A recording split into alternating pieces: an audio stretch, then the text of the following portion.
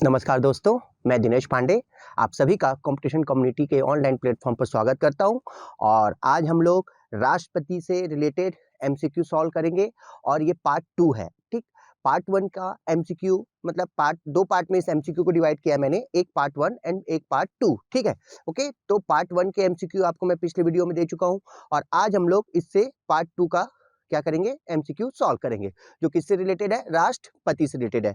ये थोड़ा सा क्वेश्चन जो है, ये थोड़ा सा और लेवल इसका थोड़ा सा ऊंचा भी है, मगर कुछ क्वेश्चन इसमें क्या है, इजी वे में भी है। ठीक, देखो राष्ट्रपति जो है ना, इसके क्वेश्चन का ना कोई एक कैटेगरी डिसाइड नहीं है। मतलब ये एकदम हाई लेवल पे भी क्वेश्चन पूछ सकता है और क्वेश्चन को एकदम इजी लेवल में भी पूछ सकता है। मतलब कोई भी इसका डिसाइड नहीं होता। ठीक है ना, तो क्वेश्चन के हर लेवल को क्या करो, सॉल्व करो। जितना उस क्वेश्चन को आप पढ़ोगे, जितना सॉल्व करोगे, वो उतनी ज्यादा आसानी से समझ में आएगा। और अगर राष्ट्रपति से फिर कोई क्वेश्चन आता है तो हमसे आसानी से बनेगा। ठीक है ना, इसी उम्मीद के साथ मैं आपके पास फिर से एमसीक्यू लेकर के आया हूं राष्ट्रपति पार्ट 2 से। क्लियर, चलिए इस एमसीक्यू को हम लोग सॉल्व करते हैं। और अगर आपको किसी क्वेश्चन के आंसर में अगर कोई डाउट होता है तो मुझे जरूर बताएं। क्या होता है कि अगर मान लीजिए मैंने आपको चीज बताया और आपको मानो वो क्वेश्चन आपने कभी पहले कहीं पढ़ा हो और आपको उसमें कोई डाउट हो, ठीक, तो और उसका आंसर मैंने आज आपको मान लीजिए कोई दूसरा बताया, तो आप उसमें कंफ्यूज हो जाओगे। तो अगर आपने कुछ गलत क्वेश्चन पढ़े हैं या आपको आंसर उसके बारे में कुछ गलत जानकारी मिली है, तो वो क्या करो, आप मुझसे जरूर बताइए, आप मुझसे जरूर शेयर कीजिए, ताकि मैं आपके इस डाउट को कंप्लीट कर सकूं। क्या है, संविधान पूरे शब्दों का खेल है। मतलब आप इसके शब्द को जब तक अच्छे से नहीं सुनोगे या उस क्वेश्चन को ठीक से नहीं पढ़ोगे, इसके आंसर नहीं बनने वाले। क्लियर, तो इसी कारण अगर कोई आपको प्रॉब्लम होती है क्वेश्चन आंसर में या किसी प्रकार का कोई डाउट होता है, तो आप मुझे कमेंट्स पे जरूर बताइए, मैं उस समस्या का समाधान जरूर करूंगा। ठीक है, क्लियर, तो चलिए स्टार्ट करते हैं अपन क्या चीज, एमसीक्यू पार्ट 2। ठीक, चलो तो पहला क्वेश्चन देखते चलिएगा। ठीक,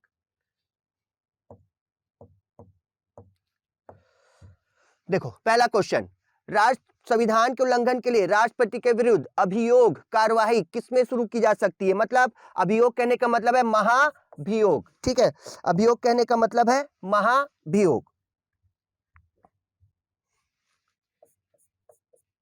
महाभियोग, ठीक, तो किसमें शुरू की जा सकती है।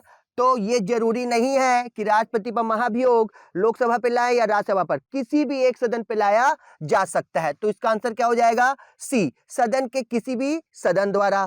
ठीक, राष्ट्रपति को, दूसरा क्वेश्चन, राष्ट्रपति को हटाया जा सकता है तो अविश्वास प्रस्ताव से नहीं, संविधान संशोधन से नहीं, कानूनी कार्रवाई से नहीं, राष्ट्रपति को केवल और केवल हटाया जा सकता है किससे, महाभियोग के द्वारा, जो संसद के किसी भी सदन के द्वारा लाया जा सकता है। ठीक है, क्लियर, आ जाओ तीसरा क्वेश्चन, राष्ट्रपति पर महाभियोग किस आधार पर लगाया जा सकता है। मतलब अगर राष्ट्रपति पर महाभियोग लगाना है तो उसका बेस क्या होना चाहिए, उसका आधार क्या होना चाहिए। ठीक, तो पहली बात यह है कि ना तो कभी कोई रिश्वत लेगा, ना तो कभी कोई भ्रष्टाचार करेगा। ठीक, क्लियर, तो उस पे अगर महाभियोग लाना है तो एक ही रीजन है और वो है संविधान का अतिक्रमण करने पर। मतलब संविधान की रक्षा करने का शपथ लेता है और संविधान की अगर रक्षा नहीं कर पाता है तो ही उस पे क्या लाया जाता है, महाभियोग। तो पूछा है राष्ट्रपति पर महाभियोग किस आधार पर लगाया जा सकता है, तो राष्ट्रपति पर महाभियोग संविधान के अतिक्रमण करने पर, सॉरी, आंसर हो जाएगा इसका, आंसर हो जाएगा इसका बी, संविधान के अतिक्रमण करने पर। ठीक, थोड़ा सा हिल गया था, ठीक है ना, ओके, कोई दिक्कत नहीं। तो तीसरा क्वेश्चन पूछा है कि किस आधार पर लाया जा सकता है, तो संविधान के अतिक्रमण करने पर लाया जा सकता है। चौथा क्वेश्चन, राष्ट्रपति पर महाभियोग की प्रक्रिया किस देश के संविधान से ली गई है। तो कहां से लिए हम लोग महाभियोग, तो हमने जब राष्ट्रपति का पद अमेरिका से ही लिया है, तो महाभियोग भी कहां से लिए हैं, हम अमेरिका से लिए हैं। ठीक, क्लियर, ओके, चलिए नेक्स्ट क्वेश्चन, भारतीय राष्ट्रपति को किस परिस्थिति में अपने पद से त्याग देना पड़ता है। तो कब उसको ऐसी कंडीशन आती है, क्योंकि उसका कार्यकाल 5 साल, 5 साल से पहले उसको किस परिस्थितियों में त्याग पद देना पड़ेगा। तो राष्ट्रपति को किस पर, महाभियोग लगने पर क्या करना पड़ेगा, त्याग पत्र देना पड़ेगा। ठीक है, क्लियर, उसके बाद कार्यकाल पूर्ण होने पर पहले भारत के राष्ट्रपति को उनके पद से हटाया जा सकता है। मतलब जब कार्यकाल कंप्लीट हो जाए या जब कार्यकाल कंप्लीट ना हो तो उससे पहले भी राष्ट्रपति को हटा सकते हैं। तो कैसे हटा सकते हैं, तो एक ही तरीके से, किससे, सदन द्वारा महाभियोग लगा करके। ठीक, अगर कार्यकाल पूर्ण नहीं हुआ है तो राष्ट्रपति को सदन के द्वारा महाभियोग की प्रक्रिया के तहत क्या कर सकते हैं, पद से हटा सकते हैं। ठीक है, ओके। कितने क्वेश्चन हो गए, 6 क्वेश्चन। ठीक, 7वां क्वेश्चन। ठीक, राष्ट्रपति पर महाभियोग का आरोप एक संकल्प के रूप में संसद के किसी भी सदन में लाया जा सकता है। ठीक है, यह कम से कम कितने दिन की लिखित सूचना के बाद प्रस्तुत किया जाना चाहिए। तो देखो, राष्ट्रपति पर जब महाभियोग लाते हैं ना, तो क्या किया जाता है कि 50 सदस्य लोग उसको पारित करते हैं, मतलब 50 सदस्य लोग का क्या मिलता है, अनुमोदन मिलता है। इसके बाद राष्ट्रपति के पास भेजा जाता है क्या चीज, एक नोटिस भेजा जाता है, और उस नोटिस का जवाब देने के लिए राष्ट्रपति को जो समय दिया जाता है, अगर वो समय पर राष्ट्रपति अपना जवाब प्रस्तुत कर दिया और उस समय पर जो दिए गए जवाब से सदन अगर संतुष्ट हो गई तो महाभियोग स्टार्ट नहीं होता। अभी ये महाभियोग नहीं स्टार्ट हुआ है, अभी केवल एक प्रोसेस चलते रहता है।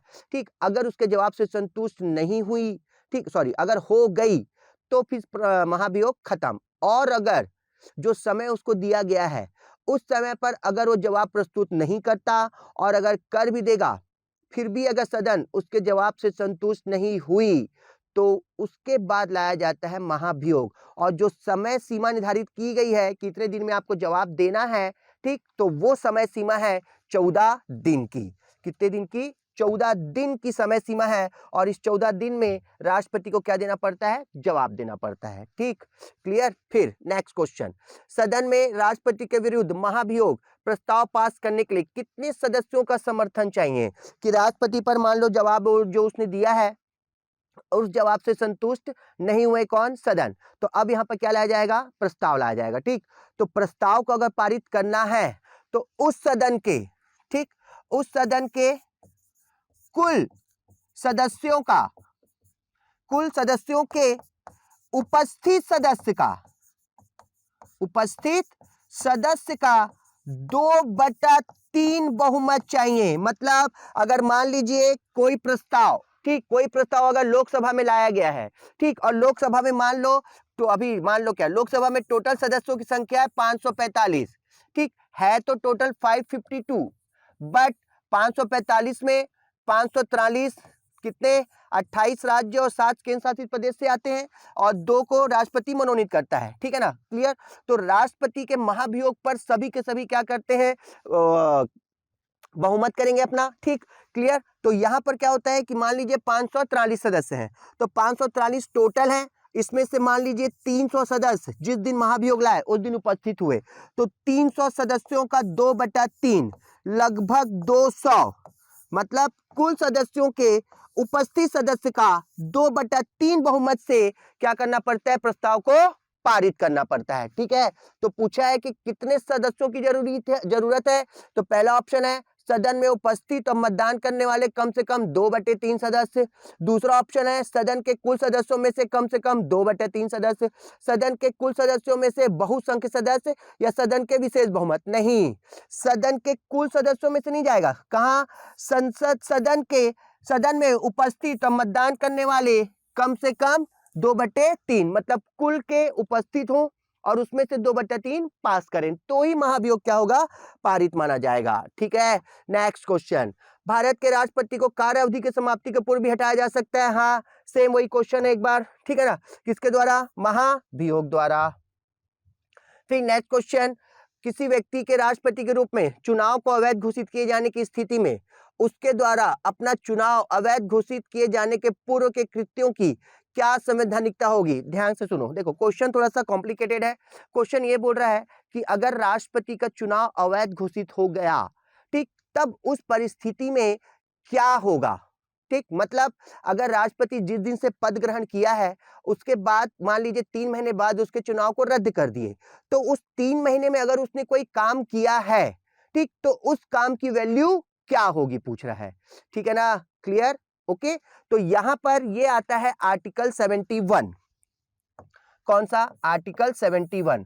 आर्टिकल 71 बोलता है कि राष्ट्रपति और उपराष्ट्रपति के निर्वाचन संबंधित विवादों का निपटारा सुप्रीम कोर्ट द्वारा किया जाएगा, और इसमें यह कहा गया है कि राष्ट्रपति के पद ग्रहण करने की तिथि से लेकर के, मतलब जिस दिन राष्ट्रपति ने पद ग्रहण किया उस दिन से लेकर के सुप्रीम कोर्ट के निर्णय के दिन तक, मतलब जब तक सुप्रीम कोर्ट का निर्णय नहीं आता। मान लीजिए राष्ट्रपति ने फरवरी माह में क्या किया है, शपथ लिया है, ठीक, और उसके चुनाव को क्या किया गया, सुप्रीम कोर्ट में दायर किया गया, याचिका दायर की गई कि गलत तरीके से चुनाव जीता है। तो फरवरी माह में अगर उसने शपथ लिया है और सुप्रीम कोर्ट में जो याचिका दायर की गई है उसका निर्णय आया मान लीजिए अप्रैल माह में, ठीक है, तो फरवरी माह से लेकर के, मतलब जिस दिन उसने शपथ लिया उस दिन से लेकर के अप्रैल तक, जिस दिन मान लो 1 अप्रैल को सुप्रीम कोर्ट का निर्णय आया और उसने निर्णय दे दिया कि राष्ट्रपति का चुनाव रद्द किया जा रहा है, तो फरवरी माह से लेकर के अप्रैल माह तक राष्ट्रपति ने अगर जो भी काम किया है, जो भी निर्णय लिया है, ठीक है ना, वो सारे के सारे निर्णय वैध होंगे, उनको अवैध घोषित नहीं किया जाएगा, मतलब उसके कार्य को मान्यता मिलेगी, ठीक है ना, क्लियर, ओके। तो क्वेश्चन यही पूछ रहा है कि किसी व्यक्ति के राष्ट्रपति के रूप में चुनाव को अवैध घोषित किए जाने की स्थिति में उसके द्वारा अपना चुनाव अवैध घोषित किए जाने के पूर्व के कृत्यों की क्या संवैधानिकता होगी, तो उसका काम क्या होगा, संवैधानिकता ये होगी।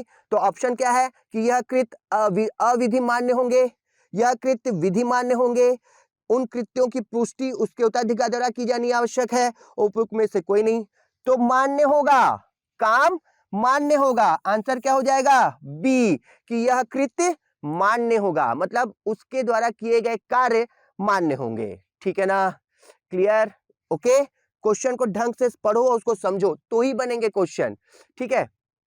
उसके बाद नेक्स्ट क्वेश्चन, ठीक, तो भारतीय संविधान भारत के राष्ट्रपति को अधिकार नहीं देता, मतलब कौन सा काम है जो राष्ट्रपति नहीं करता, तो पहला है प्रधानमंत्री की नियुक्ति का, राज्यों के मुख्यमंत्री की नियुक्ति का, रक्षा बलों का सर्वोच्च कमांडर होने का, देश के किसी भाग में आपातकालीन लगाने का। तो राष्ट्रपति के पास सिर्फ एक अधिकार नहीं है और वो है क्या चीज, राज्य के मुख्यमंत्री की नियुक्ति, ठीक। नेक्स्ट क्वेश्चन, निम्नलिखित में से किनकी नियुक्ति भारत के राष्ट्रपति द्वारा की जाती है, ठीक। एक चौथा ऑप्शन यहाँ से मिस प्रिंट हो गया है, मैं उसको लिख देता हूं, ठीक। तो क्वेश्चन है निम्नलिखित में से किनकी नियुक्ति भारत के राष्ट्रपति द्वारा की जाती है, ठीक।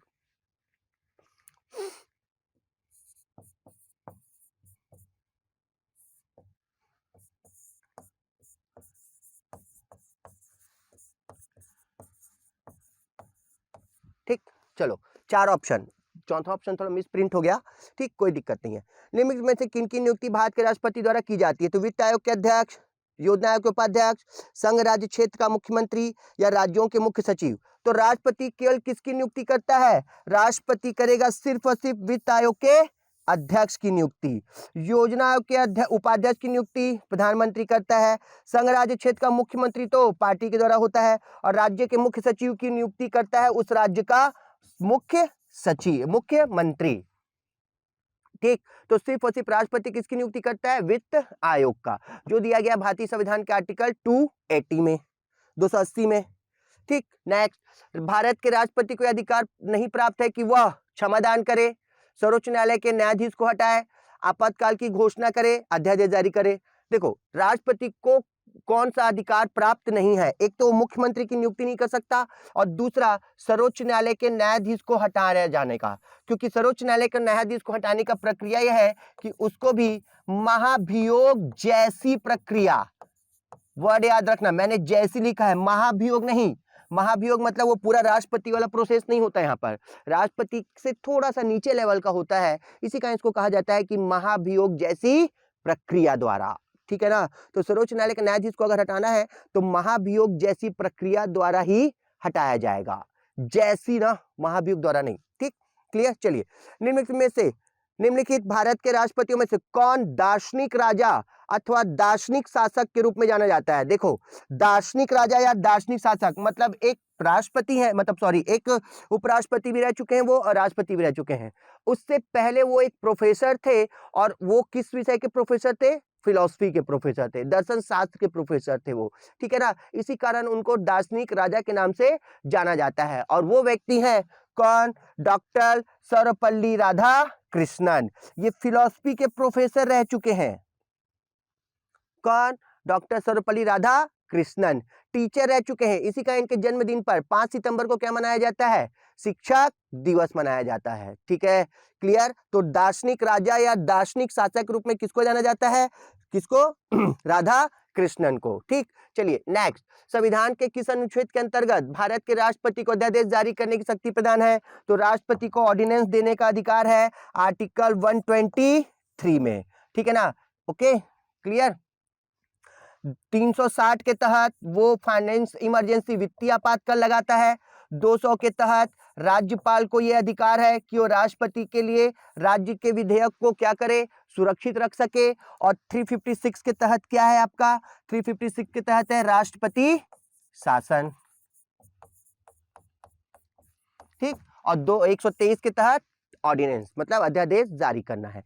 ठीक है, निम्नलिखित में से कौन राष्ट्रपति होने के पूर्व भारत के उपराष्ट्रपति पद पर आसीन नहीं रहा? मतलब कौन ऐसा व्यक्ति था जो पहले उपराष्ट्रपति था बाद में राष्ट्रपति बना? ठीक, ओके। और ऐसा कौन सा व्यक्ति था जो कभी उपराष्ट्रपति ही नहीं बना, डायरेक्ट राष्ट्रपति बने? क्वेश्चन ये पूछ रहा है कि कौन राष्ट्रपति होने से पूर्व भारत के उपराष्ट्रपति पद पे नहीं रहे? तो राधा कृष्णन उपराष्ट्रपति रह चुके हैं, जाकिर हुसैन उपराष्ट्रपति रह चुके हैं, वेंकट रमन भी उपराष्ट्रपति रह चुके हैं। केवल नीलम संजीव रेड्डी कभी उपराष्ट्रपति नहीं रहे। ठीक है ना, क्लियर, वो डायरेक्ट राष्ट्रपति बने। ठीक, चलो नेक्स्ट। उसके बाद भारत के राष्ट्रपति के महाभियोग की प्रक्रिया कैसी है? तो भारत के राष्ट्रपति के महाभियोग की प्रक्रिया, पहला ऑप्शन है अर्धन्यायिक प्रक्रिया, कार्यपालिका, न्यायिक प्रक्रिया, विधायी प्रक्रिया। तो विधायी प्रक्रिया तो नहीं है ये, न्यायिक प्रक्रिया नहीं क्योंकि न्यायालय नहीं करता इसको। ठीक, कार्यपालिका मतलब प्रधानमंत्री लोग भी नहीं करते, विधायी प्रक्रिया भी नहीं है ये। ठीक, ये पूरा का पूरा क्या है कि ये अर्ध न्यायिक प्रक्रिया है। कैसी प्रक्रिया है ये? अर्ध न्यायिक। ठीक है, क्योंकि इसका पूरा अपना एक प्रोसेस है। ठीक है ना, तो कैसी प्रक्रिया है? महाभियोग अर्ध न्यायिक प्रक्रिया है। फिर नेक्स्ट, भारतीय संविधान के किस अनुच्छेद के अंतर्गत राष्ट्रपति संसद के दोनों सदनों द्वारा पारित किसी बिल पर अपनी स्वीकृति रोक सकते हैं? मतलब किस आर्टिकल में यह बताया गया है कि जब लोकसभा राज्यसभा किसी बिल को पास कर दें तो राष्ट्रपति के पास भेजें। ठीक, और राष्ट्रपति क्या करे, उसको या तो रोक दे, ठीक, और या तो उसको पुनः विचार के लिए भेज दे या उसको अनुमति प्रदान कर दे, मतलब तीनों कर दे। रोक भी सकता है, पुनः विचार के लिए भी भेज सकता है, और या उसमें क्या कर सकता है, अनुमति दे सकता है। तो किस आर्टिकल के तहत है? वो है आपका आर्टिकल 111। आर्टिकल 111 के तहत राष्ट्रपति किसी भी बिल को रोक सकता है या उसको पुनः विचार के लिए भेज सकता है, ठीक, या उसमें हस्ताक्षर कर सकता है। ठीक, क्लियर। अब आ जाओ नेक्स्ट, भारत के राष्ट्रपति की शक्तियों के बारे में निम्नलिखित में से कौन सा सही नहीं है? मतलब सही नहीं है बताना है कि कौन सी शक्ति जो राष्ट्रपति के लिए सही नहीं है। तो पहला, राष्ट्रपति को सर्वोच्च न्यायालय के परामर्श को स्वीकार करना चाहिए। दूसरा, आपातकालीन शक्ति। तीसरा, राज्यों में राष्ट्रपति शासन को आगे बढ़ाने की शक्ति। चौथा, राष्ट्रपति सर्वोच्च न्यायालय के परामर्श को स्वीकार अथवा अस्वीकार कर सकता है। देखो आर्टिकल 143 बोलता है कि राष्ट्रपति के द्वारा सर्वोच्च न्यायालय से परामर्श लेना। ठीक, यहां पर क्या होता है कि राष्ट्रपति सर्वोच्च न्यायालय से परामर्श लेता है, क्लियर। मगर ये जरूरी नहीं है कि सर्वोच्च न्यायालय उसको जो परामर्श दिया है या जो एडवाइस दिया है राष्ट्रपति उसको एक्सेप्ट करे। यहाँ पर वो एक्सेप्ट कर भी सकता है और नहीं भी कर सकता है। और ये भी जरूरी नहीं है कि सर्वोच्च न्यायालय से अगर राष्ट्रपति ने कोई परामर्श मांगा है तो सर्वोच्च न्यायालय को देना कंपलसरी है, वो भी जरूरी नहीं है। मतलब वो दे भी सकता है सलाह, नहीं भी दे सकता है, और ये सलाह ले भी सकता है और सलाह नहीं भी ले सकता है। ठीक है, तो पूछा है कि कौन सा सही नहीं है, तो ऑप्शन पहला ही क्या है कि राष्ट्रपति को सर्वोच्च न्यायालय के परामर्श को स्वीकार करना चाहिए। कोई जरूरी नहीं है कि राष्ट्रपति उसको स्वीकार करे, ठीक है ना, और कोई जरूरी नहीं है कि सर्वोच्च न्यायालय उसको सलाह भी दे। ठीक, क्लियर। फिर उसके बाद निम्नलिखित में से किस राष्ट्रपति ने एक शक्ति का प्रयोग किया था जिसे संवैधानिक शब्दावली में जेबी निषेधाधिकार कहा जाता है? मतलब जेबी पावर, जेबी वीटो पावर कहते हैं। ठीक है, क्लियर। क्या बोलते हैं? जेबी वीटो पावर बोला जाता है उसको। ठीक, तो जेबी पावर, ठीक, ये था 1986 में, ठीक, डाकघर अधिनियम। इस डाकघर अधिनियम को लाया गया था, ठीक, क्लियर। और उस समय राष्ट्रपति थे ज्ञानी जैल सिंह, ठीक है, तो ज्ञानी जैल सिंह ने पहली बार जेबी वीटो पावर का प्रयोग किया था। और जेबी वीटो पावर वो होता है कि ये अमेरिका से लिया गया है, और इसमें क्या होता है कि इसमें ये होता है कि राष्ट्रपति के पास अगर कोई विधेयक भेजे तो इस पावर के तहत वो उनको देखता भी नहीं, नेगलेक्ट कर देता, मतलब उसकी टेबल पे पड़ा रहता है, कोई जरूरी नहीं कि उसको वो देखे। तो ज्ञानी जैल सिंह ने डाकघर अधिनियम 1986 को क्या किया था उसमें जेबी वीटो पावर का प्रयोग किया था। ठीक, उसके बाद 21 नंबर का क्वेश्चन, निम्न में से भारत का राष्ट्रपति किसकी नियुक्ति नहीं करता? कौन किसकी नियुक्ति नहीं करता है? ठीक, तो प्रधानमंत्री की करता है, राज्यपाल की करता है, मुख्य निर्वाचन आयुक्त की भी करेगा। उपराष्ट्रपति का इनडायरेक्ट इलेक्शन होता है तो उसकी नियुक्ति नहीं करता वो। 22, निम्न में से कौन सा संवैधानिक विशेषाधिकार राष्ट्रपति का नहीं है? मतलब कौन सा संविधान के द्वारा उसका विशेष अधिकार नहीं लगा सकता? साधारण बिल को पुनः विचार हेतु लौटाना, वित्तीय बिल को पुनः विचार हेतु लौटाना, लोकसभा को भंग करना, या प्रधानमंत्री की नियुक्ति करना।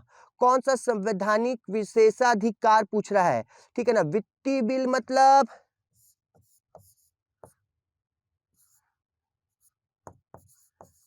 Financial bill. ठीक, क्लियर। राष्ट्रपति फाइनेंशियल बिल को पुनः विचार के लिए या क्या बोलते हैं उसका क्या बोलेंगे उसको, कि अगर राष्ट्रपति के पास उसको भेजा जाएगा तो राष्ट्रपति उसको दोबारा भेज दे वापस। ठीक, मतलब पुनः विचार के लिए नहीं भेज सकता। तो निम्न में से कौन सा संवैधानिक विशेषाधिकार राष्ट्रपति का नहीं है? तो वित्तीय बिल को पुनर्विचार हेतु लौटाना। ठीक है ना, इसको पुनः विचार के लिए नहीं लौटा सकता, ये उसका विशेषाधिकार नहीं है। ठीक है, क्लियर। फिर उसके बाद निम्नलिखित में से कौन राष्ट्रपति के चुनाव प्रकरण के लिए सही नहीं है? मतलब राष्ट्रपति के चुनाव का जो प्रोसेस है उसमें कौन सा सही नहीं है? तो पदस्थ राष्ट्रपति की पदावधि से पूर्व उत्तराधिकारी का चुनाव अवश्य हो जाना चाहिए। हाँ, मतलब राष्ट्रपति का कार्यकाल खत्म हो रहा है उससे पहले एक नया राष्ट्रपति चुन लिया जाना चाहिए, सही है। दूसरा, राष्ट्रपति अपना पदभार ग्रहण करने की तिथि से 5 वर्ष तक पद पर रहेंगे, ये भी सही नहीं, ये भी सही है। राष्ट्रपति का उत्तराधिकारी अब आने तक कार्यकाल की समाप्ति पर भी वह पद पर बना रहेगा, मतलब जब तक नया राष्ट्रपति नहीं चुन लिया जाता तब तक पुराना राष्ट्रपति कार्यकाल संभालता है। ठीक, फिर निर्वाचक मंडल के अपूर्ण होने के आधार पर राष्ट्रपति का चुनाव स्थगित किया जा सकता है। सबसे बेहतरीन क्वेश्चन लग रहा है मुझे ये। ठीक है, ओके, तो क्वेश्चन को ठीक से पढ़ो। क्वेश्चन बोल रहा है राष्ट्रपति के चुनाव के प्रकरण के लिए सही नहीं है पूछ रहा है। ठीक, तो पदस्थ राष्ट्रपति की पदावधि से पूर्व उत्तराधिकारी का चुनाव अवश्य हो जाना चाहिए, सही है।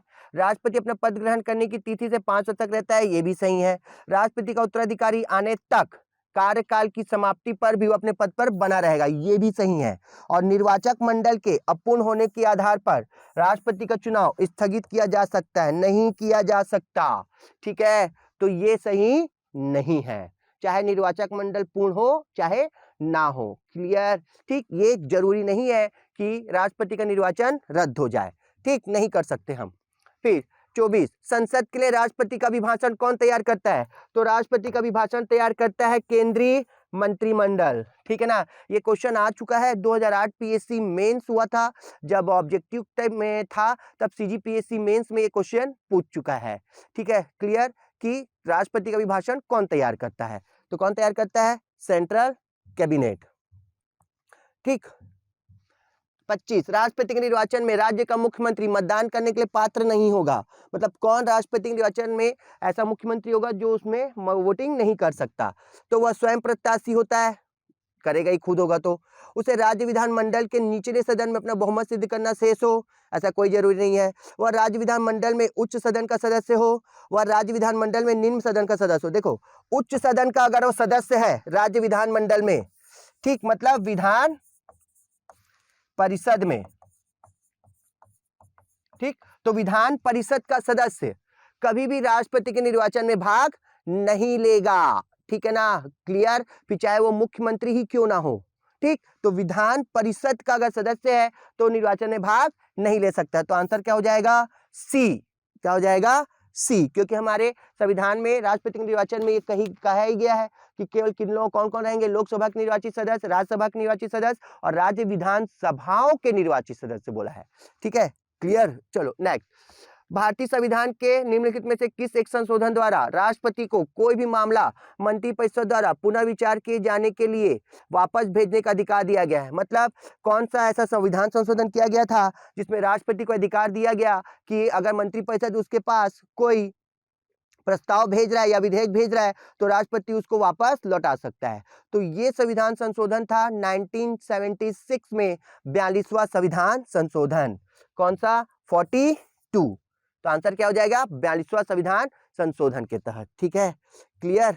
चलो नेक्स्ट, राष्ट्रपति के निर्वाचन में राज्य रिपीट हो गया क्वेश्चन। नेक्स्ट, ठीक संविधान के अनुसार निम्नलिखित में से क्या शब्द भारत के राष्ट्रपति की शक्ति नहीं है? मतलब कौन सा राष्ट्रपति की शक्ति नहीं है? ठीक है ना, ओके। तो अध्यादेशों का प्रख्यान, उच्चतम न्यायालय से परामर्श करना, संसद के सदनों को संदेश भेजना, क्षमादान करना। तो ये आपका उसकी विधायी शक्ति हो जाएगी। ठीक, फिर उच्चतम न्यायालय से परामर्श उसकी न्यायिक शक्ति हो जाएगी, क्षमादान करना उसकी क्षमादान शक्ति हो जाएगी। संसद को अगर वो संदेश भेज रहा है तो ये कोई शक्ति नहीं है। ठीक है, राष्ट्रपति की कोई भी ऐसी शक्ति नहीं है ये। ठीक है, तो आंसर क्या हो जाएगा? सी। नेक्स्ट, संविधान असाधारण परिस्थिति में राष्ट्रपति को राज्यपाल के कृत्यों के निर्वहन हेतु उपबंध कर सकता है? मतलब संविधान के किस आर्टिकल में कहा गया है कि राष्ट्रपति आकस्मिक परिस्थिति में ठीक राज्यपाल के कृत्यों को कर सके? ठीक है ना, तो वो है आपका आर्टिकल 160, 160 नंबर के आर्टिकल में ये कहा गया है कि आकस्मिक परिस्थिति में राष्ट्रपति के द्वारा राज्यपाल के कृत्यों का निर्वहन। ठीक है ना, ओके। तो आर्टिकल 160। नेक्स्ट, राष्ट्रपति द्वारा जारी एक अध्यादेश संसद के सत्र शुरू होने के बाद कितने समय तक रखा जाना आवश्यक है? मतलब जब अध्यादेश लग जाता है, ठीक, तो अध्यादेश क्या होता है? एक अल्प समय के लिए कानून है। ठीक है ना, मतलब लगभग 6 महीने के लिए कानून रहता है। वो कानून के जैसे ही उसको अधिकार मिले रहते हैं। तो संसद के सत्र शुरू होने के, ठीक है ना, ओके, अगर उस अध्यादेश को आपको परमानेंट कानून बनाना है तो आपको 6 माह के अंदर क्या लेना पड़ता है? उसके संसद से पास कराना पड़ेगा। अगर 6 माह के अंदर आपने उसको पास नहीं कराया, मतलब उसको परमानेंट कानून बनाया नहीं है, तो क्या हो जाएगा? वो 6 सप्ताह के अंदर ऑटोमेटिकली क्या हो जाता है? समाप्त हो जाता है। तो कितने समय के लिए क्या टाइम रहेगा उसका? 6 माह। तो आंसर क्या हो जाएगा? बी। ठीक है ना, क्लियर, ओके। उसके बाद राष्ट्रपति भवन को डिजाइन किया गया था एडवर्ड स्टोन के द्वारा, ली कोरबासियर के द्वारा, एडविन लुटियंस के द्वारा, ठीक, और तरुण दत्त द्वारा। तो किसने डिजाइन किया था? एडविन लुटियंस ने डिजाइन किया था। Answer is C. ठीक, राष्ट्रपति भवन बनाया था उन्होंने। क्लियर, ठीक, तो आंसर क्या हो जाएगा? सी। तो ये आपका क्या है?